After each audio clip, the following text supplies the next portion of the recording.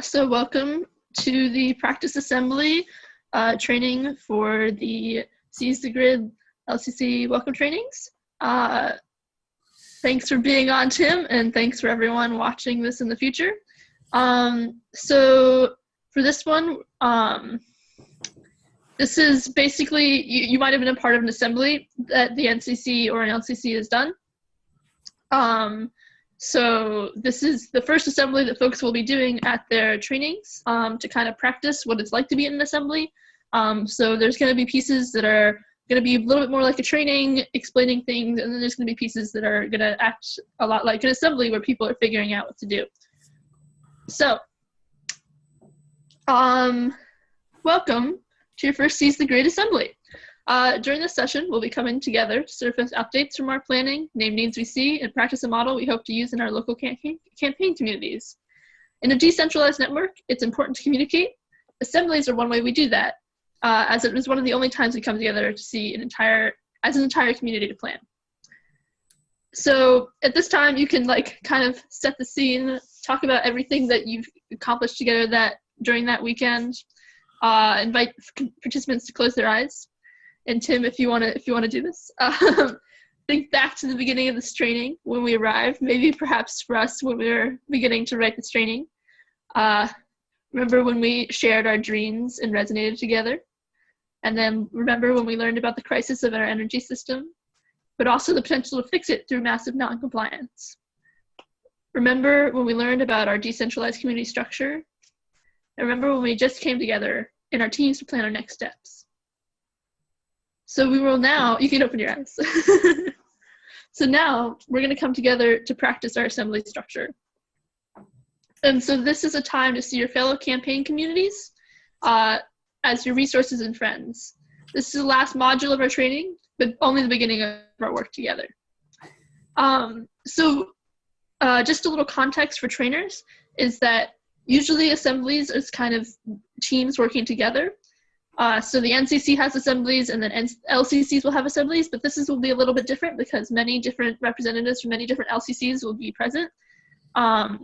So that's why it's mostly to practice, but this could also create meaningful relationships in projects that people can work on in a region. So before your training, go ahead and write up the agenda for the training on a flip chart, and the basic outline is a welcome, the story sharing and resonates, team updates and celebrations, an advice, needs and ideas dialogue, next steps and commitments, and a closing. And you're going to walk participants through that agenda at the beginning. Cool. So moving into story sharing and resonance, folks will have already done this and remember it from the day before, hopefully, but it's good to do a quick little reminder. So you should just have someone read off what's on this slide. Do you want to read it off, Tim? Sure. Resonance is sharing back the moments when you felt like it was happening to you, listening with your heart. Resonance is not asking questions, giving advice, one-upping, making meaning, or telling your own story. Awesome, thank you. So we have a set question for folks to resonate around. Tim, can you read out the question? Yeah. Tell a story about a time when you encountered a challenge and received the support you needed to meet and overcome it. Nice. So for this question, folks will be breaking off into pairs, and we have it here to do 3 minutes for each person to do a story, and then 2 minutes for resonating, and then to switch and do the same thing, so 10 minutes total. And if you need a review on how story sharing and resonance works, I think would you know which session that's in, Tim? It's in our dreams versus our reality. Yeah, so go ahead and check that out. But it's going to be the same format, basically, as that. So Previous to this session, before the assembly, there'll be some time for teams to be working together to kind of plan out how they're going to launch their LCC and what the work they're going to engage in the next couple months is going to be. This time it's kind of to come together and share out with the trainers and the other LCCs what they've accomplished in their collective work time, as well as over the weekend in their conversations about what they're hoping to do. So if they've chosen roles, the messengers will share what each of their teams has accomplished. And it's really a time to make sure that people are uplifting and celebrating the work that they've already done and accomplishing, like being pretty much done with the welcome training. So make sure to be celebratory about it. So from the team updates and celebrations, we're moving into the advice, needs, and ideas dialogue.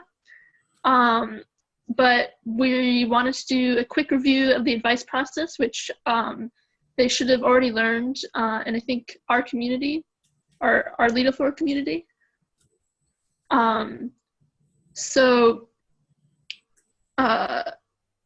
First, you ask participants, what do you remember about the advice process? Tim, what do you remember? Let's see. I remember that people can take actions that they want to take. They can make decisions that feel right, provided that they ask other people on their teams and then their community who would be affected to give advice. Yeah, you hit it right on the nose. That was basically the key rule of the advice process. Do you want to read this out for me, Tim? Sure. Yeah, the key rule of the advice process is that any community member can make any decision, provided that they first seek advice from those who will be affected and those with relevant expertise. Thank you. Yeah, and we also have here the steps to follow. So this will be really important to highlight because it's basically the process we're going to do during the advice and needs dialogue. So go ahead and have participants read out loud each step in the process. Do you want to take 1 and 2, and I'll read 3 and 4, Tim? Sure. All right, so I'll raise my hand. Oh, I'd be happy to read. Number 1, notice a need. A community member notices a problem or opportunity. They want to take action and or make a decision on behalf of the group. 2, make a proposal. They develop a proposal for taking action. This can be as simple as a sentence or two, or as complex as a full-page memo. 3, seek advice. The initiator reaches out to community members for advice. Is it expected that they at least consult those who will be affected by their decision and those with relevant expertise? 4, make a decision. Taking this advice into consideration, the initiator decides on action and informs those who have given advice. And then you can also make sure to highlight that it's always good to pay attention to if an action is in line with our guiding principles or not. It's a good measuring stick to see if our decisions are lining up with our goals as an entire network. So after going through that, we dive right into the advice, needs, and ideas dialogue. So this part will definitely take some good facilitation skills. So I definitely would spend some time with this, and then there's also a document that is being written right now, actually, that will have a little bit more tips about how to lead assemblies. But I'm going to walk through the process right now about what the facilitators and what the learners will be doing. So we're going to put the advice process to use for real. Think about the planning you just did for the rest of the semesters, the action ideas you came up with, your plans for training, the updates you heard from other LCC CEDAR teams, and the questions that surfaced while doing this work. We're going to use this space together to surface the needs in our community so we can help each other come to a solution. Remember, among us, we have the tools and resources we need to win. Also, pay particular attention to how we facilitate this process. Next time there's assembly, you all will be leading it for your LCC. So to begin this process, think of something that would be beneficial for a group of people in your LCC to do together. It could be having monthly cluster calls, planning an action, training, or potluck, or whatever other needs you see. Tim, do you wanna choose one of those ideas? Yeah, so it sounds like, Ari, you're saying that like at the practice assembly, people are going to they'll have a chance to name needs they're noticing for people in the room. Cool. So it might be like, one thing that comes to mind for me is people might be like, we really want to like do like a training like this for folks back home, so we can bring more people in and get them trained. That's a need that I'm seeing. Yeah. So need having an LCC training. Great. So what you would do is you would write on a piece of paper and post it on a wall. So once you've done that and all of your friends have done that, whoever has an idea, the facilitator will invite participants to share their ideas. So that's, they just go around the room and kind of share a very brief, like overview of what you're thinking, and no need to go into detail, but like maybe write what you think you want to put on there on the paper and then read that out loud. So everyone will go around and say that. And then begins the advice process. So everyone, even if you didn't have an idea, will have Post-it notes. So members will walk around the room and comment on the ideas that people have generated. So that could be giving advice, giving encouragement, stating if they want to help. And that also is like, if two ideas that people said are very similar or they could be combined, then they could be put together in the same place. Or if there's a big thing that people want to work on and it has many ideas within it, that could be split into two teams. So this is it's going to take the skillful facilitation to like have people work together and find where they're converging and where they're diverging. So that's a kind of a mingling time. Is that making sense for you, Tim? Yeah, I think so. Cool. So once the movement in the room kind of slows down, facilitator will ask members to stand by the project they're most excited to work on. If 3 people stand by a project, it's on. It's up to those members to read the advice and decide on next steps for their group. If less than 3 people show up, the action can still happen, as long as 1 or 2 people are willing to do it and they receive approval from 1 or 2 more members to continue. And also make sure to remind people that it's fine to not stand by any of the projects. Ask members to consider their capacity, and many people might have enough on their plate as is. So once people have coalesced into these groups, let them meet long enough to kind of decide on next steps. If you have time, let them decide on roles within those groups, and gather contact information and make sure they know who's on the team. And then if you have time and they've chosen roles, come back together as a group and do a little report back on what has been decided. Is that making sense? Yeah, I think so. I guess one question I'll raise, this is like me as Tim, not me as a participant. If people have like questions that come up during this moment, is there a way to like process out like people raising like a question they need clarification on from like a project that they'd like to initiate? Yeah, so like if you need advice on a project, or is this like if you have a question about the process or a question about a specific thing that you're trying to do? I guess like I imagine people might come back from collective work time and be like, where do I find this thing? Where do I find a template for an email? Like I could really use help with that.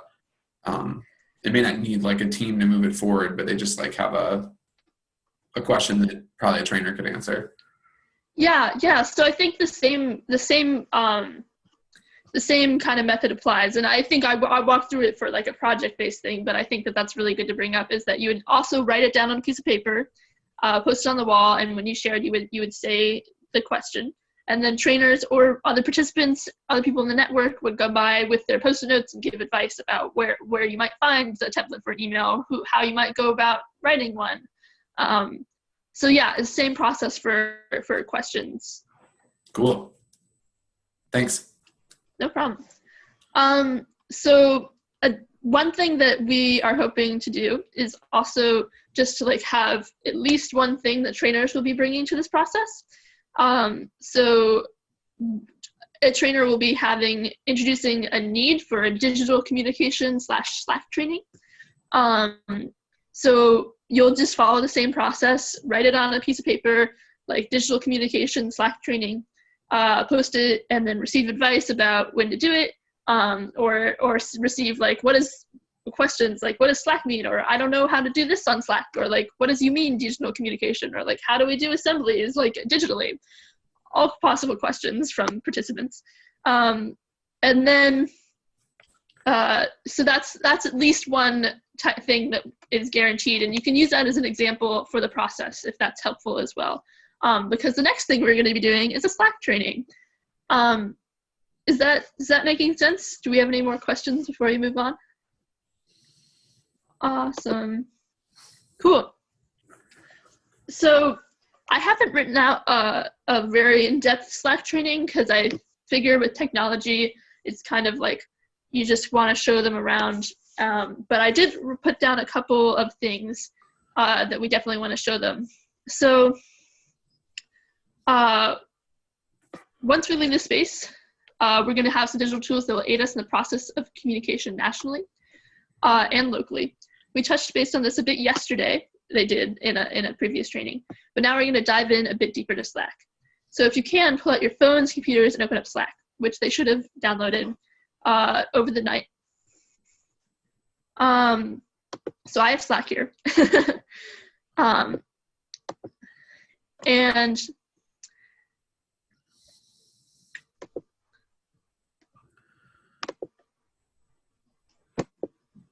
so you can see that I've been posting GIFs. But let's see, where, haha, here we go. So a couple of things that you're going to want to have the group do is that everyone is going to want to send a GIF to the random channel, and I'll do it in the LCC for now. But you can see the channels are here on the side. And to send a GIF, you just type a slash, and then you type Giphy. And then you type the word that you want to send a GIF with. And there you go. So hopefully you've used that before, but if you are still confused, you can check out this handout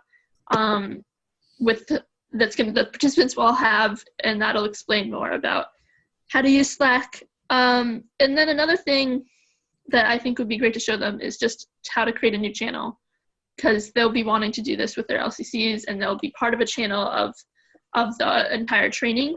So you press this little plus sign, and then you just put the name. You can put the purpose if you want, and then who you want to invite. Yeah. So I think those are the important things to cover in Slack, and then also just talking a little bit about why we use Slack, and drawing comparisons between the decentralized model of the in-person assembly, and then the digital decentralization of Slack. Yeah, I think that's mostly what I want to cover with Slack. And we might get a little bit, this might change a little bit, but Tim, do you have any questions or feedback on that? No. Awesome. Cool. Cool. We're back from our technical difficulties. So, next steps and commitments. In this section, LCC groups are going to break out to review what each member has agreed to do following the training. So this is time to like really get folks to like remember all the things that they agreed to do. So first, participants individually are gonna take a minute to write down 1 to 3 commitments and next steps that they're gonna take in the next 2 weeks. And then they're gonna write a completion date next to each one. And then they're gonna circle up with their LCC, share their commitments, and then ask their teammates how they can support each other and following through on their next steps. And then if time allows, bring the whole group back together and have LCCs share out with the whole group 2 to 3 exciting next steps that are going to happen in the next 2 weeks. So yeah, that's pretty simple. And then we've made it to the last piece, the closing. And this is going to be pretty up to you, but we have a few suggestions here. It can be pretty short because right after the assembly closing, there's going to be a whole training and closing. So don't feel the need to do like anything huge and sentimental, but just a short thing to kind of get folks in to learn that they need to have a closing for their assembly. So a few suggestions is collective breaths. You could take 3 collective breaths as a group. If people feel stressed out, that's a good thing to do. An alligator clap, which I recently learned, which is one of my favorite closings. And this is great that I can do it on video because otherwise it's a bit hard to explain. But basically you have one hand low and one hand high. Yeah, Tim will do it with me. And if you're in person, you can do it like way out, but I'll do it here so folks can see. So each hand is gonna hold something. So on this hand, I'm gonna hold, and each hand is gonna hold something, and we're gonna smash them together to get justice, okay? So this hand is gonna hold the amazing energy in this room right now from the assembly, or the amazing energy on this conference call, yeah. And then on the other hand, I'm gonna hold all of the amazing knowledge we just gained together. And then on 3, we're gonna smash them together and say justice, and get justice. Okay, you ready? Ready, Tim? 1, 2, 3, justice! It's really great when you do it in a room full of people. And then Tim actually suggested this one, which is a circle hand squeeze. So stand in a circle and hold hands. The facilitator squeezes the hand of the person to their left and tells everyone to pass the squeeze along clockwise, and when it reaches them, and then send it back around the other way 1 or 2 times, and then invite folks to look around the room and make eye contact with as many folks as possible, and then remind them that these people are members of your community and they're ready to show up for you. Close with a chant, or you could just close with a song. So that's up to you depending on time and energy and what you feel comfortable leading. But yeah, I think that's basically what the practice assembly is. There's also going to be a handout which is going to include a few things that'll be helpful for LCCs in having their own assemblies, but also in following along with this assembly. So this is just a sample assembly agenda here that is typically what LCCs will be doing. A little bit of an overview of the advice process again. And then we're going to have, this is not completely fleshed out yet, but we're going to have suggested methods for the advice, needs, and ideas dialogue. So a couple things that might change, and if you want to add these things in depending on your group.